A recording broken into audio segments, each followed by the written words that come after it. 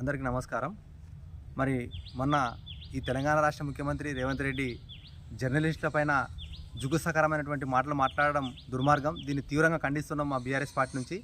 మరి ఆలు రాని వాళ్ళు పాత్రికేయులు ఎట్లా అవుతారని ఈ రకంగా అంటే ఇంత దిగజారిన మాటలు మాట్లాడుతున్నారు రేవంత్ రెడ్డి. మరి అసలు జర్నలిజం అంటే ఏంది నీకు తెలుసా? ముందర జర్నలిజం అంటే ఏందో డెఫినేషన్ చెప్పు. ఇవాళ ఈ దేశానికి ఫోర్త్ ఎస్టేట్ రంగం అంటే సమాజంలో అటువంటి నిజాలను నిర్భయంగా చూపించేటువంటిదే ఫోర్త్ ఎస్టేట్ రంగం. మరి దీని గురించి తెలియకుండా ఇవాళ జర్నలిస్టుల పైన అక్కాసు ఎలగక్కుతూ అంటే నువ్వు చేస్తున్నటువంటి మోసాలను, కుట్రాలను, అబద్ధాలను బయటకు చూపిస్తున్నారనే ఒక అక్కాసుతో ఇవాళ జర్నలిస్టుల పైన తీవ్రమైన దాడి చేయడం అనేది పరుష పదజాలంతో చేయడం అనేది ఇది సిగ్గుచేటు తెలంగాణ రాష్ట్రానికి, దేశానికి. ఇవాళ పండబెట్టి తొక్కుతా పేగులు మెడకేసుకుంటా మరియు జర్నలిస్టులను చూస్తే కిందికి వచ్చి చెంప మీద చెల్లుమని కొట్టాలనిపిస్తుంది అనడం అంటే దేనికి సంకేతం? నీ స్థాయి ఎంత, నువ్వెంత ఈరోజు ఈ రకంగా మాట్లాడడం అంటే? ఆనాడు నువ్వు జడ్పీటీ స్థాయి ఉన్నప్పుడు నిన్ను ఈ సమాజానికి, ఈ ప్రపంచానికి మరి పరిచయం చేసిందే జర్నలిస్టులు, ఫోర్త్ ఎస్టేట్ రంగం, మీడియా.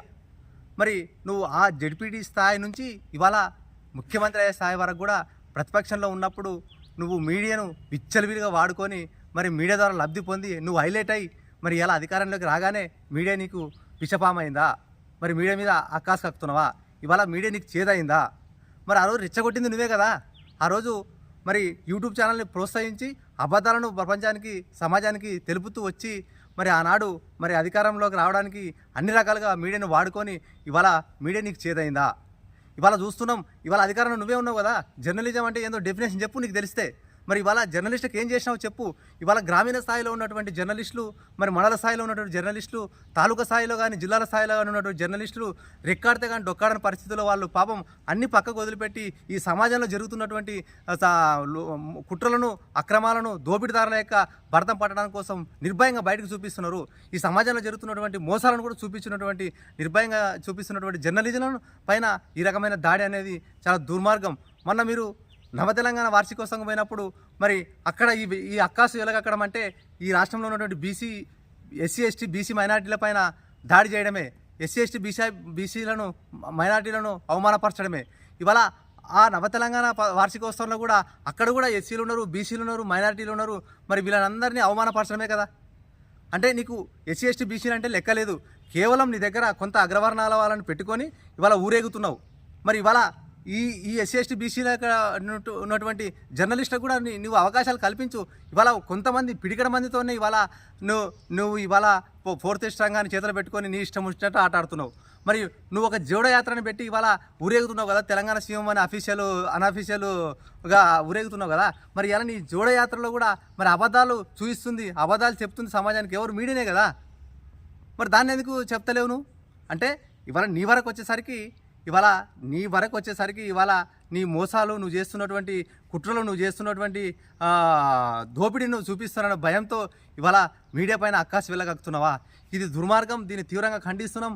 మరి ఈ రాష్ట్రంలో చూస్తూ ఉన్నాం. ఇప్పుడు ఇవాళ 42% బీసీలకు స్థానిక సంస్థలు కల్పిస్తాని అది మోసం చేసినావు. మళ్ళీ ఇవాళ జర్నలిస్టుల పైన దాడి చేస్తున్నావు. మరి ఇంతవరకు జర్నలిస్టులకు కనీసం వాళ్ళకు ఒక పెన్షన్ లేదు. పక్క రాష్ట్రం కర్ణాటకలో మరి మీ కాంగ్రెస్ ప్రభుత్వం ఉంది కదా కర్ణాటకలో, మరి అక్కడ పెన్షన్లు ఇస్తున్నారు కదా జర్నలిస్టులకి. మరి తెలంగాణ రాష్ట్రంలో ఉన్నటువంటి జర్నలిస్టులకి ఇవ్వండి. అధికారం నీ చేతుల్లో ఉంది కదా. వాళ్ళకి ఇండ్లు ఇవ్వండి, ఇండ్ల స్థలాలు ఇవ్వండి. వాళ్ళకి ఇంకా విధి విధానాలు ఏందో జర్నలిస్టులకు సంబంధించిన విధి విధానాలు చట్టం చేయండి. మీ చేతుల్లో ఉంది కదా. మీ నాయకుడు రాహుల్ గాంధీ ఏమో భావ ప్రకటన స్వేచ్ఛ ఉంది ఈ దేశంలో, అందరూ మాట్లాడవచ్చు అని ఒక చేత రాజ్యాంగం పట్టుకొని నువ్వు తిరుగుతూ ఉంటే నువ్వేమో ఇక్కడ దాన్ని అరిస్తున్నావు. అంటే మీ నాయకుడు ఒక రకంగా, నువ్వు ఒక రకంగానా?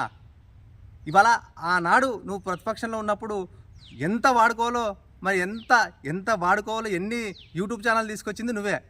దుర్మార్గంగా ఆనాడు కేసీఆర్ గారు ముఖ్యమంత్రిగా ఉన్నప్పుడు కేసీఆర్ గారి పైన ఈ యూట్యూబ్ ఛానల్ని పెట్టి అసత్య ఆరోపణలు చేయిస్తున్నటువంటి దుర్మార్గమైన వ్యక్తివి నువ్వు. మరి ఈనాడు మరి జర్నలిస్టులను చెంపబెట్టి కొడతా, పేగులు మెడకేసుకుంటూ తొక్కుతా అని మాట్లాడుతున్నటువంటి మాటలను తక్షణం వెనక్కి తీసుకోవాలి. ఖబర్దార్ రేవంత్ రెడ్డి, నీ ఆటలు సాగవు.